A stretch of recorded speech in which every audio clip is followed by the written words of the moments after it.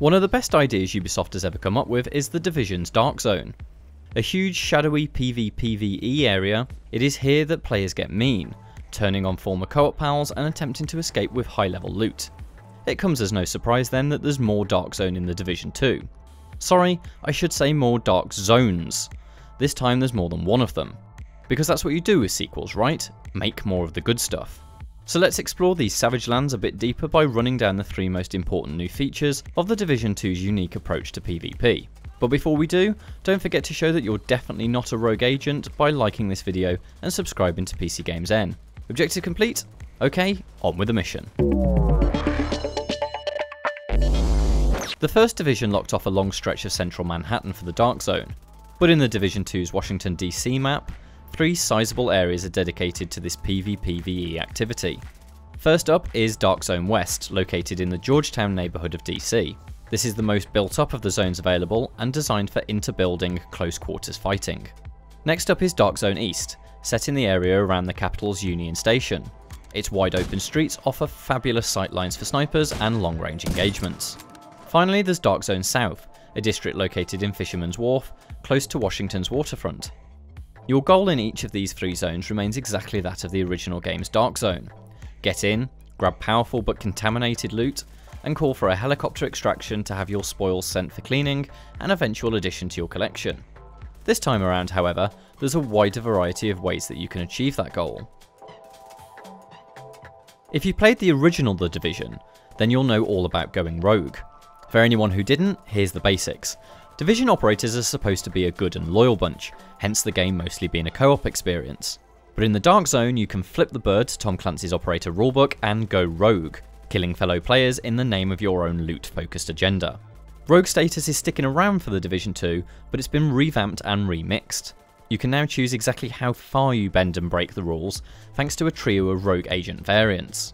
The standard form, designated by a red skull HUD marker, will be familiar to veterans of the original. These players have signalled that they're aggressive and will open fire on anyone who gets in their way. Those who die in their sights will have their corpses pilfered for whatever delicious loot they found in the zone. Your second option is Thief status. This is the least rebellious rogue variant, where your end goal is to unlock the Thieves' Den, a safe room that can provide rewards rather than slaughter other players in the streets. Accessing the den requires your team to triangulate its location by finding a series of terminals and lockboxes before a timer ticks away to 0. It's a relatively safe and easy method of drawing loot out of the Dark Zone. But because of that low risk, the rewards aren't quite as tempting. Caches of enhanced ammunition are useful, but hardly equal to a fancy new assault rifle.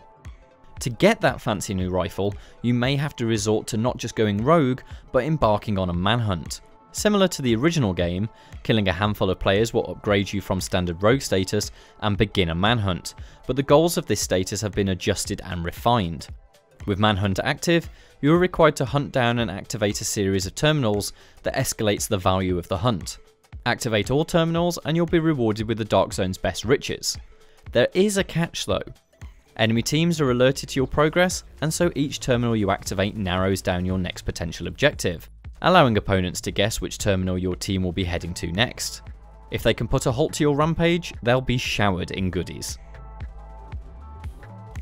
The most interesting thing about the changes coming in the Division 2 is that they make the Dark Zone feel less weighted for the end game. While you could enter the first game's zone at a relatively low level, the emphasis on gear naturally meant that it felt at its best after you'd amassed an amazing collection of guns and equipment. But for the Division 2, all 3 Dark Zones are normalized. This means all weapon and character stats are set to a standard level, so your Uber SMG won't offer you any advantage over someone wielding lower end weaponry. As such, the Dark Zone offers the same level of challenge to all players regardless of their time investment, and emphasises skill and tactics over simply having ground out the highest level gear. If you're suddenly repulsed at the idea of a normalized Dark Zone, fear not. You'll be well catered for with periodic occupied Dark Zone events, which take the activity back to its roots. All your gear stats remain intact, friendly fire is on, and better rewards are up for grabs. But using that style of play as an event and not the norm makes the Dark Zone a fairer, more accessible activity. Combined with a new rogue system, it also makes it a place that less competitive players can enjoy too. While the Dark Zone will always have PvP, The addition of Thief status provides more PvE focused players a set of objectives that allows them to progress without actively hunting down other players. Suddenly, the impossible bloodbath of the Dark Zone seems a much more achievable mission for those with less hardcore sensibilities. So there we go, 3 big changes that will not only make the Dark Zone a more friendly mid-game activity, but maintain it as the go-to mode for players to engage with long after completing the campaign. Hopefully you found this video interesting. If you did, please give it a like, subscribe to the channel and hit the alert bell to stay up to date with everything from PCGamesN. But until next time, good luck, have fun, and watch your back when you engage Rogue Protocol.